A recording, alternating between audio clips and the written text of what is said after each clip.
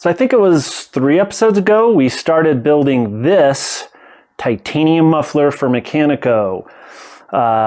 We started, of course, with this computer model, which of course took some time and effort, but not as much as making it.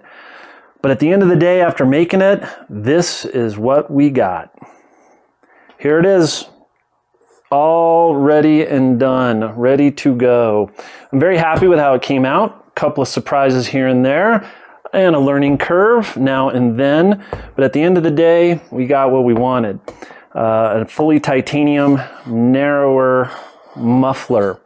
The valve system works as planned. I had to put a slight dog leg in it there to clear our mounting bracket, and it's not that slight really, is it? It's quite a good dog leg, but it still works. If we pull on the controller, locks and closed, let it go, goes back to open. So when we made this muffler, I had 3 goals in mind. And let me put something up on the screen here. Those 3 goals were to make a muffler that is narrower, one that is lighter, and one that is adjustable. And as a subtopic or sub-goal, I wanted to work with titanium. Never done it before. I'll go ahead and answer that, and the answer is now I have, and it's not that hard. It is similar to stainless steel for welding and cutting and fabricating. Just got to be a little bit more careful with your speeds and feeds and use a crap load of argon when you're welding it. So let's go ahead and see about our first goal. Did we make it narrower, and how does it fit on MechanicO? On the goal of narrower, let's start with the stock BMW muffler. I only have the tail section, or the actually the inlet system or end of it, because before I threw out the old one, I cut it to see what was inside, and what I saw I didn't like. So there you go. This factory one is 5.5 inches in diameter. The Remus we just took off is 4.25 inches in width. And coming in at a svelte 3 inches in width is our new titanium muffler we just made. That is a huge savings over stock and even the Remus as far as width goes, if that's important to you. And it is to me. Because you remember the goal here is this needs to fit on that new, the new rack system we just built that is symmetrical and narrower. So let's go see if the fit of this in that new rack system is acceptable. All right, so here we are with the final fit on MechanicO. As you can tell, we have got plenty of clearance where we need it, which was the point. We've got a nice gap between the muffler and the pannier. We don't want to superheat the stuff in our luggage. And we've got a nice gap here between the wheel and the swing arm, which I did double check by removing the shock and moving it up and down. So we are good to go. Everything is where it should be, including the handle for the Adjusto sound. As you can tell, you can reach down, open and close it. So there you go. And it looks good on MechanicO, because if you ask him, those other mufflers made his ass look big. He likes this one. Narrower, check.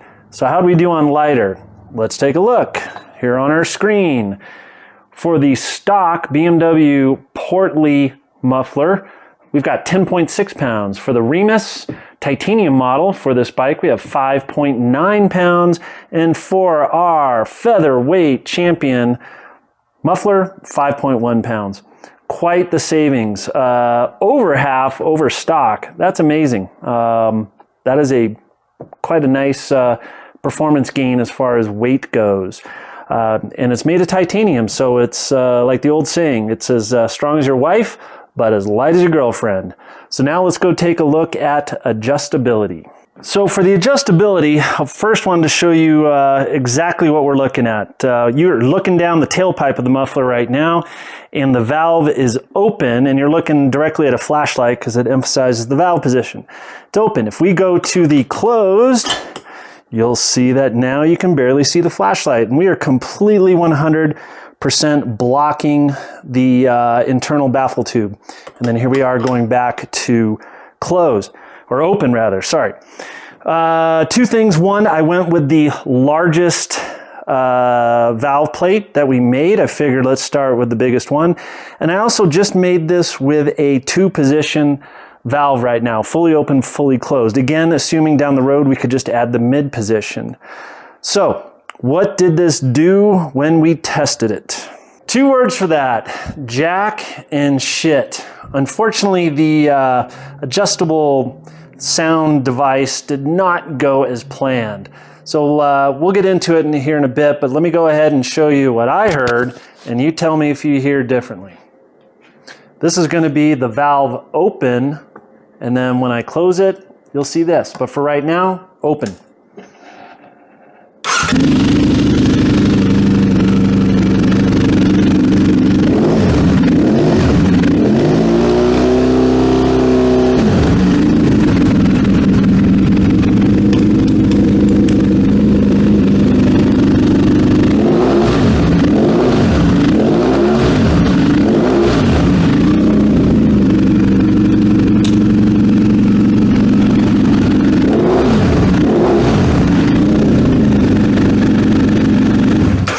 Not really the big difference we were looking for.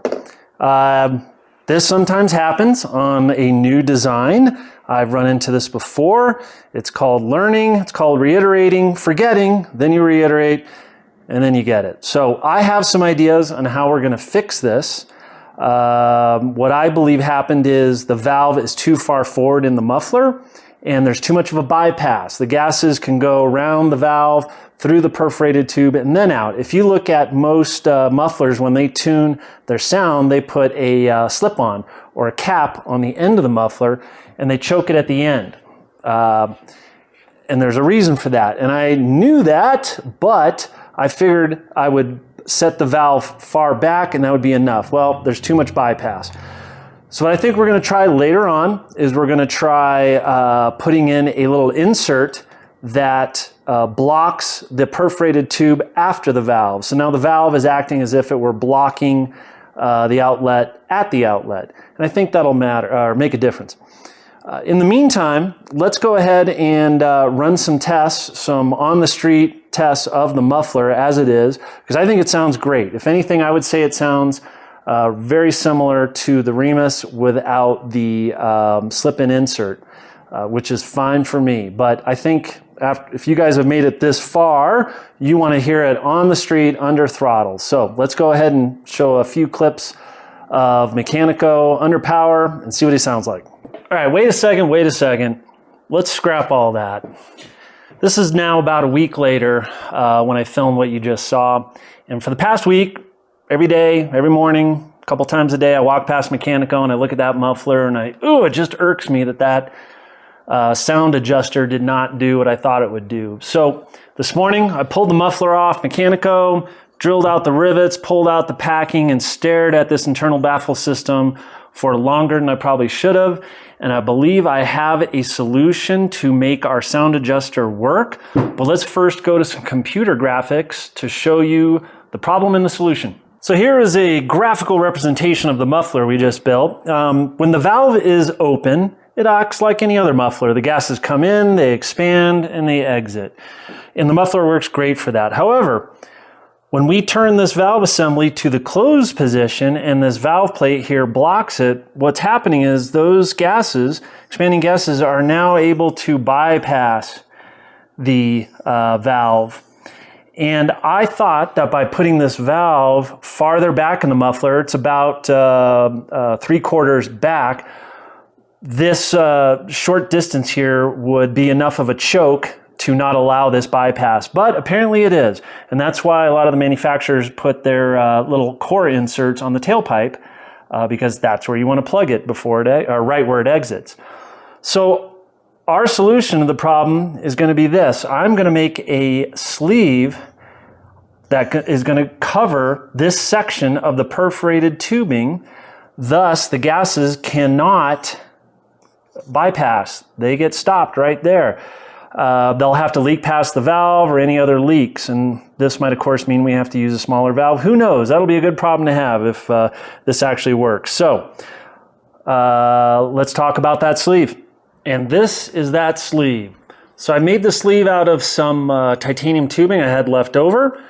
Put little notches in it to clear the valve assembly. As you'll see, this then inserts over the internal baffle tube.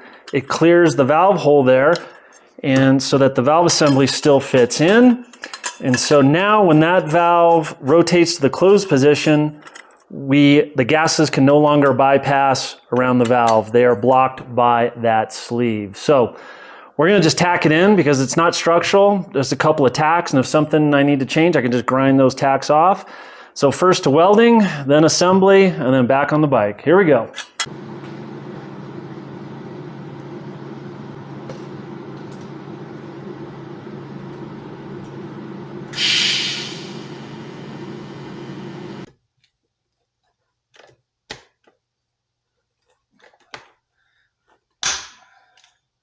Okay, I'm not going to tell you what I'm hearing, but we are put together here. We're going to run some tests and let you determine. We're going to do some stationary tests, and then I'll do a couple of drive-by type sound tests. We are outside because what I found is that inside it kind of tended to homogenize the sound. We're about 10 feet away, the camera and the mic at a 45-degree angle, if that matters. What I am going to do is I'm going to turn off the mic on my lapel, so the sound you're hearing is coming from the camera mic. Here we go.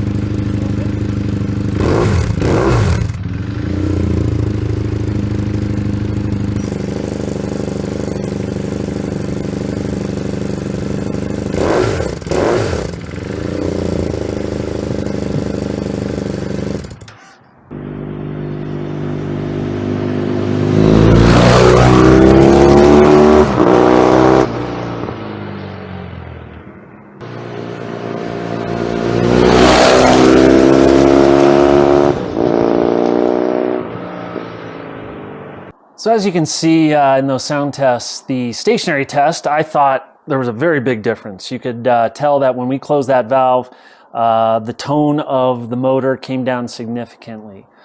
However, on the drive-by, not so much. You could hear a little bit of a difference, but not as much as I hoped, to be honest with you. On the bike, you can actually hear it, but as far as someone standing there driving by, not so much. So at the end of the day, we got ourselves a muffler that's narrower, lighter, and with a little bit more work, I think we can make that volume adjuster a little bit more effective. Anyways, I've got a muffler that is ready to go around the world.